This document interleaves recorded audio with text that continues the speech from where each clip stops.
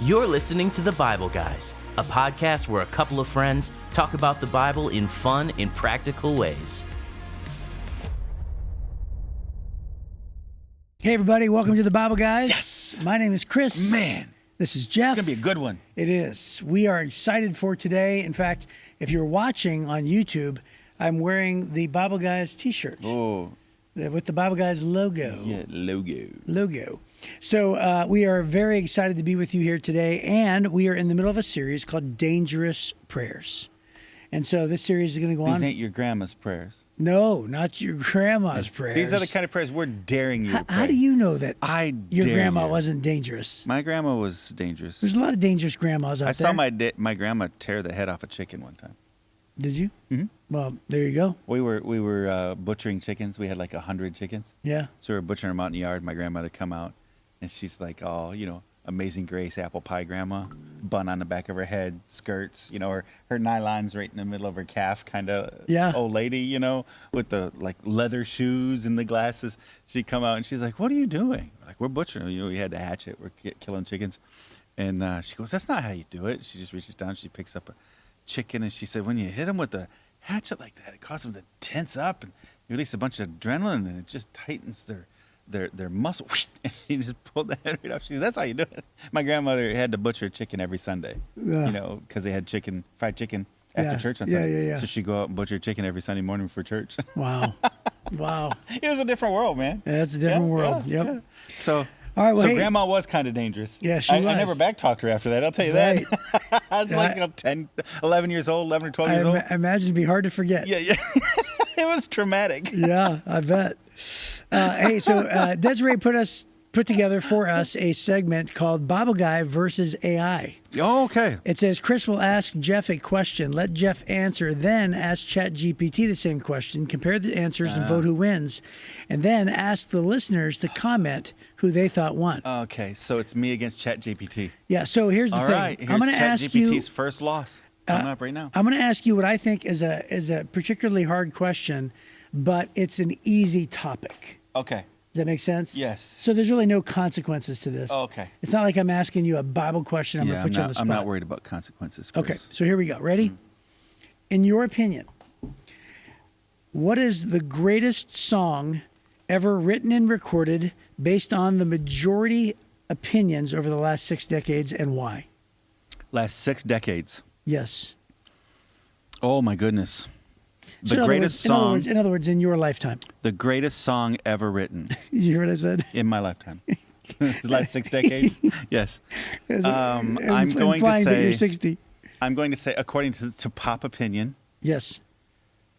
in the last 6 decades, the greatest song ever written And recorded. according to popular opinion, is going to be "Imagine" by the Beatles. Now tell me why. By the way, great answer. Yeah. Great answer. I think so. But tell me why. Because I think that there's still a ton of Beatles fans out there, and I think that it had a pretty significant impact on society and still gets played a lot. It has this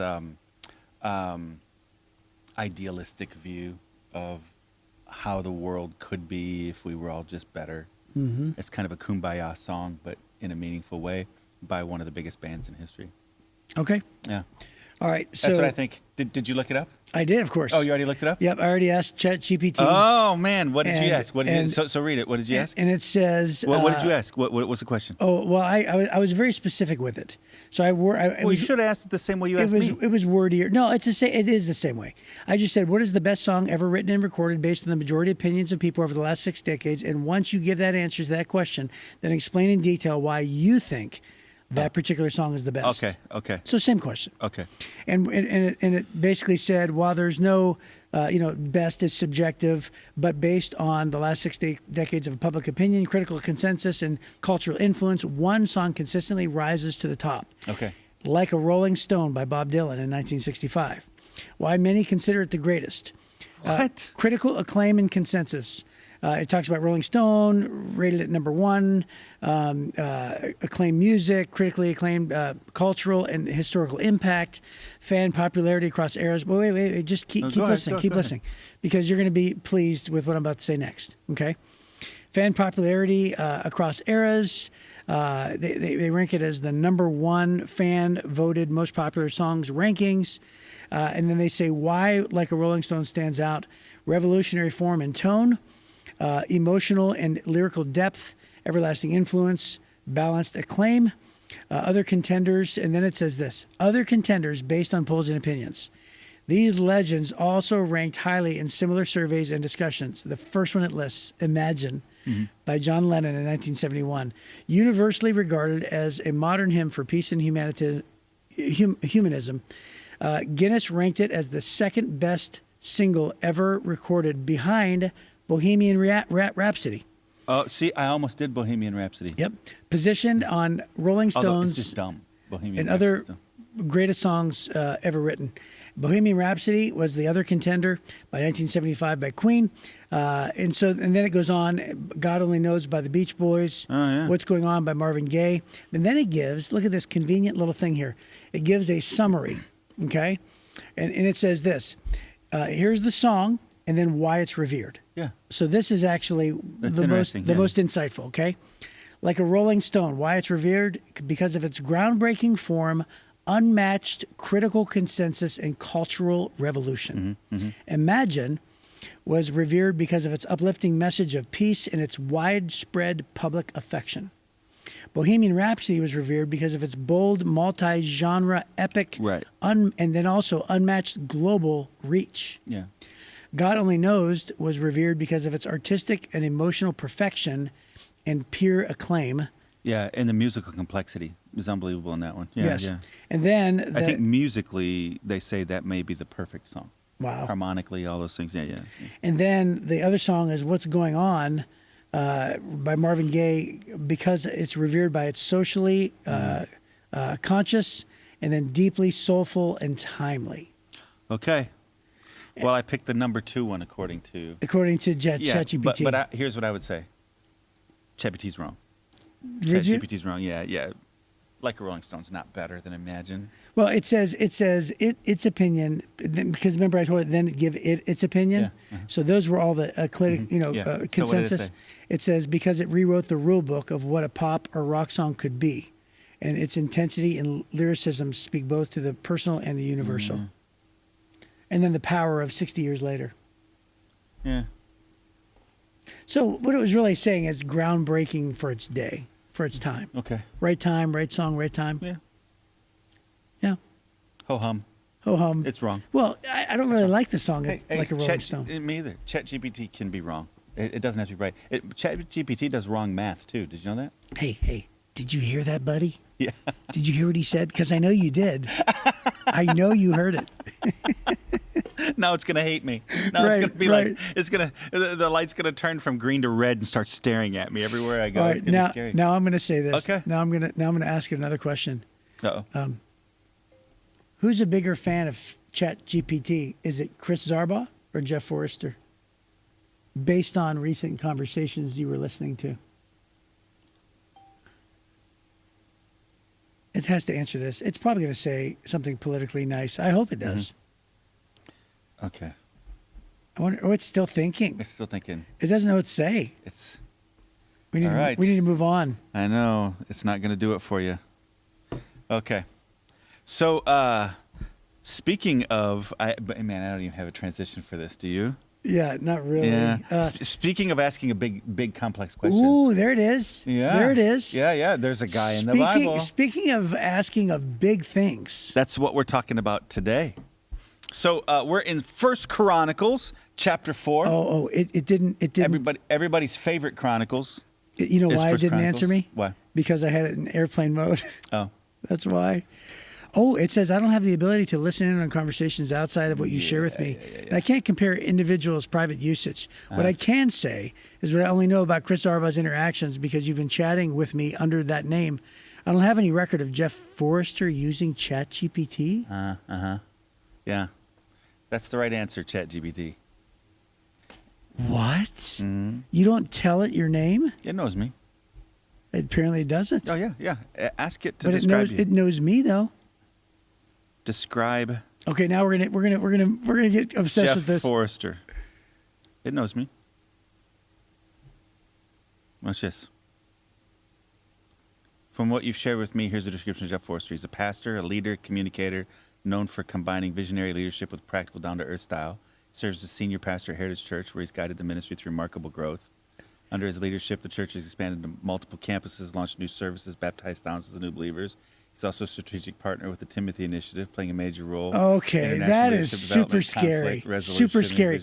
It actually he's says highly entrepreneurial. He co-hosts the Bible Guys podcast with Chris Arbaugh. Okay, did you know that it actually listed your growth? It said 17% growth. Yeah, isn't that crazy? He loves big adventures. He's also a foodie and skilled cook. He's faithful to Scripture, passionate about disciple making, determined to live with integrity, courage, and creativity. Okay, that's crazy. It knows me. It's crazy. See? It knows you too. I'm telling you, it's gonna be our doom. It gave you one of those secret. It gave you one of those politically correct answers. Yeah, it doesn't want you. What? Me spying on you? I'm not spying on you. Right. Right. And Okay. is. Okay. It So is. back to this guy who asked big questions. Yes. It's in 1 Chronicles chapter 4. I'm going to start reading in verse 5. And it says, Asher, the father of Tekoa, had 2 wives named Helah and Naarah. Naarah gave birth to Ahuzam, Hefer, Temani, and Haashtarai. Helah gave birth to Zareth, Izhar, Ethnan, and Kaz, who became the ancestor of Anub, Zobabah, and all the families of Aharhel, son of Haram. Whew. There was a man named Jabez who was more honorable than any of his brothers. His mother named him Jabez because his birth had been so painful. He was the one who prayed to the God of Israel, "Oh, that you would bless me and expand my territory. Please be with me in all that I do and keep me from all trouble and pain." And God granted him his request. Caleb, the brother of Shuha, was the father of Mehir. Mehir was the father of Eshton. Eshton was the father of Beth Rapha, Paseah, and Tehina. Tehina was the father of Ir Nahash. These were the descendants of Rekah. There you go. So Bam. I asked Jeff actually before the podcast started. I said, wouldn't it be fun for you to read some of the lineage verses, because the prayer of Jabez is actually found in the middle of this incredibly boring, yet I'm sure important for some reason to God. Well, it's important to lay out the family lines, right? Because you have to be able to prove that Jesus was the son of Abraham. Is that what this does? What's that? That's why all of the lineages exist in the Bible. Is you have to prove that Jesus is the son of Abraham, which these are all the sons of Abraham and their families. I knew that was the lineage purposes in the 2 Gospels. Well, that's the lineage of Judah. Those are the descendants of Judah right there. Okay. So then most of the lineages point back to Abraham. A bunch of the lineages point back to David. So he had to be the son of David. He had to be the son of Abraham. Mm-hmm. And so that's why they matter. So you and I don't know those names, but they matter because the prophecy was Jesus was going to be a son of Abraham and a son of David. You had to be able to directly tie them to both. Yeah. So Mary and Joseph were both part of the royal line of King David. That's right. And they were relatives of Abraham. So, so right in the middle of this lineage, with all these crazy names that I asked Jeff to tackle, which is hilarious. That was so funny. You just kept laughing. That was one of the. It was hard. That man. was one of the hardest lineages ever. Yeah.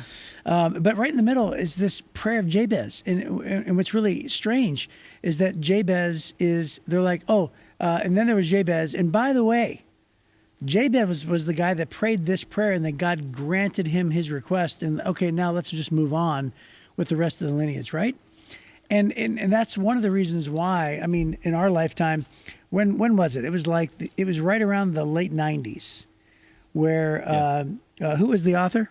Was it Bruce Wilkinson? Wilkinson, yeah. Where he actually wrote a book called The Prayer of Jabez. Yes. And he just made these 2 verses. He made a splash on the Christian community. That's for darn sure. Well, it had a big impact on a lot of people. It had a really big impact. So there's 13 pages of names. Wow. In the middle of 13 pages of names, there's these 2 verses. Yeah. 13 pages of names, man. Yeah, and it lays out the fact that Jabez asked this really audacious, kind of on the surface, an audacious prayer, and then God answers it. Yeah. And he says God granted him his request, and then it just moves on. And so my wife actually bought me a big wooden, very expensive, I might add, wooden plaque this big with the prayer of Jabez on it to hang in my office. Oh, yeah. It was carved in to this huge wooden plaque. I bet you it was, I mean, it had been $150 or something. Wow. And I hung it in my office for years, but then afterwards I think I gifted it to somebody, I think, when I moved up to Michigan.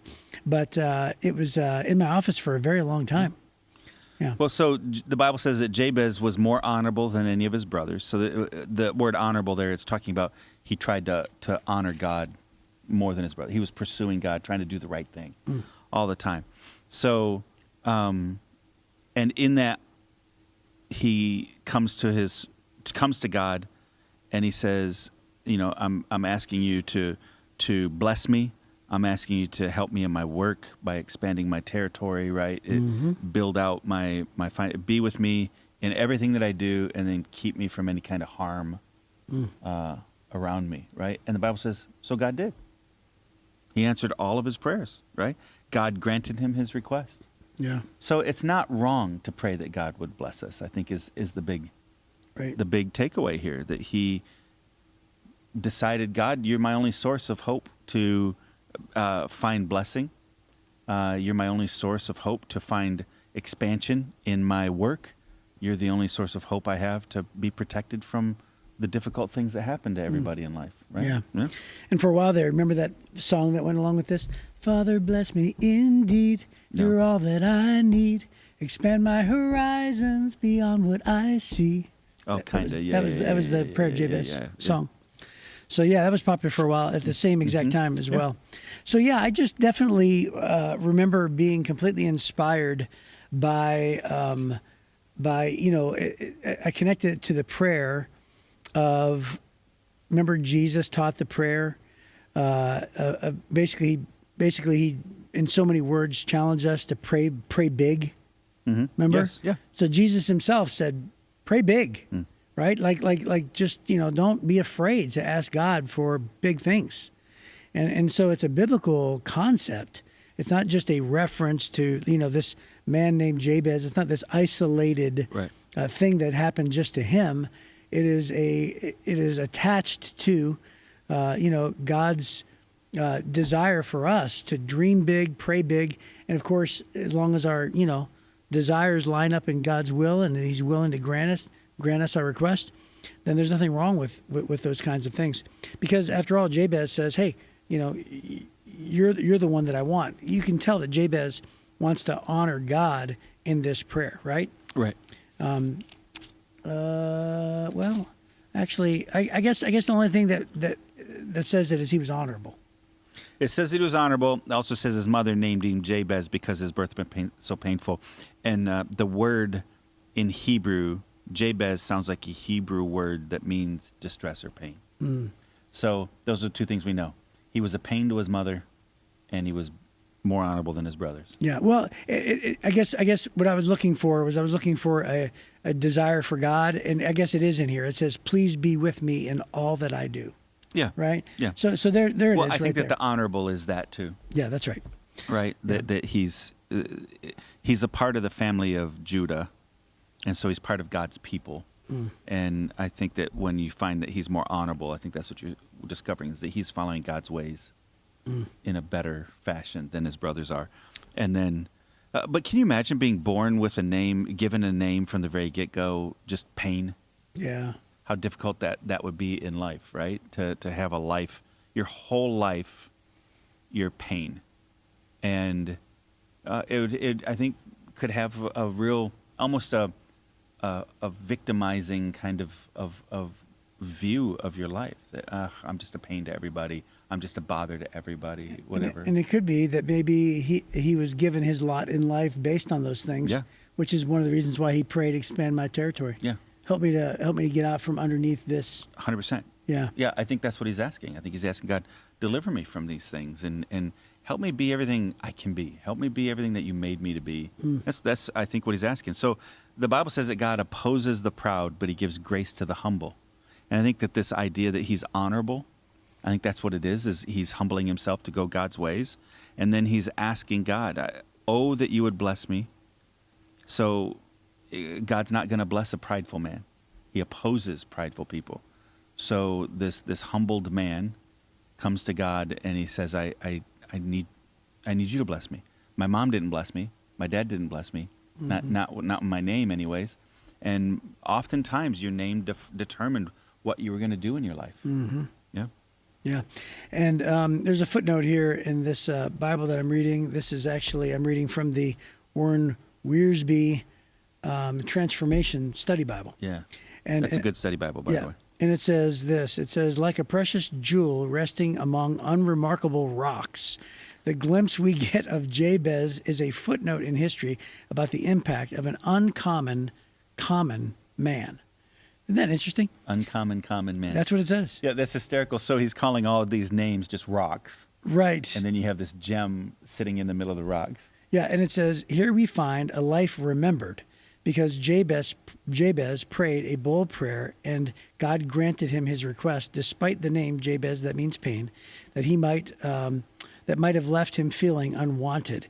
Jabez asked God to bless him, to expand my territory, to be with me, and to keep me from all trouble and pain. Jabez didn't want to live up to his name. The fact that he turned to God and is dependent on God is the key that unlocked Jabez's life, just as it unlocks our lives. Yeah. That's great. Isn't that something? You know, I've told my story before. A lot of abuse, a lot of bad things early on in my life. My father was, biological father was very abusive. He's an alcoholic. Most of the men in his family, in lineage, were alcoholics. On my mother's side of the family, most of the men were alcoholics prior, my grandfather and back, her original dad. There were just so many bad things and so much violence in that. And finally, one day, my father, he was beating my mom and beating us and all that stuff. And he was going to load his gun to kill us, and he passed out. And so we ran away. And my mom wasn't a Christian at all. And but she believed in God. She never had anybody tell her how to become a Christian, Right. But she believed in God. And so she would pray sometimes, and she'd pray for me because she was young. She got married when she was a teenager. She had me a couple weeks before she graduated as the valedictorian of her senior class. Wow. Right? And then, so she's a very young mom running with her baby. And she used to pray that God would protect me and that God would bless me. And I think a lot about that now, thinking about the life that I live. Later on, she remarried, and she married my dad, and my dad adopted me, so I got a new name. Everything in my life changed, and it was because I think my mom had the courage to pray for me to a God she didn't entirely know. Right. Eventually, she became a Christian. She was seeking God, and God made himself known to her. She winds up getting saved. My dad was just such a godly man, a good man, and it changed the trajectory of my life. And I kind of resonate with Jabez. Jabez is like, God, I don't want to live up to my name. And I certainly don't want to live up to the name that I should have had. Instead, the name God chose for me instead, right? And it's the same. This is the same kind of prayer my mom prayed for me, only Jabez is praying for himself. So if you find yourself in a situation where you look at your past, or you look at the lineage you're from, or you're from the wrong side of the tracks or whatever, you don't have to be a victim of that, right? And this is the solution right here. And I think that's why out of 13 pages of names, God pauses and goes, hey, I like this guy. And so he's this uncommon, common man who prayed a brilliant prayer. And God goes, I like that one. I'm going to bless him. Yeah. And so if God would do it for Jabez, he'll do it for you too. That's awesome. Yeah, he did it for me. Hey, that's a great place to wrap up. And hopefully we will see you tomorrow on the Bible Guys.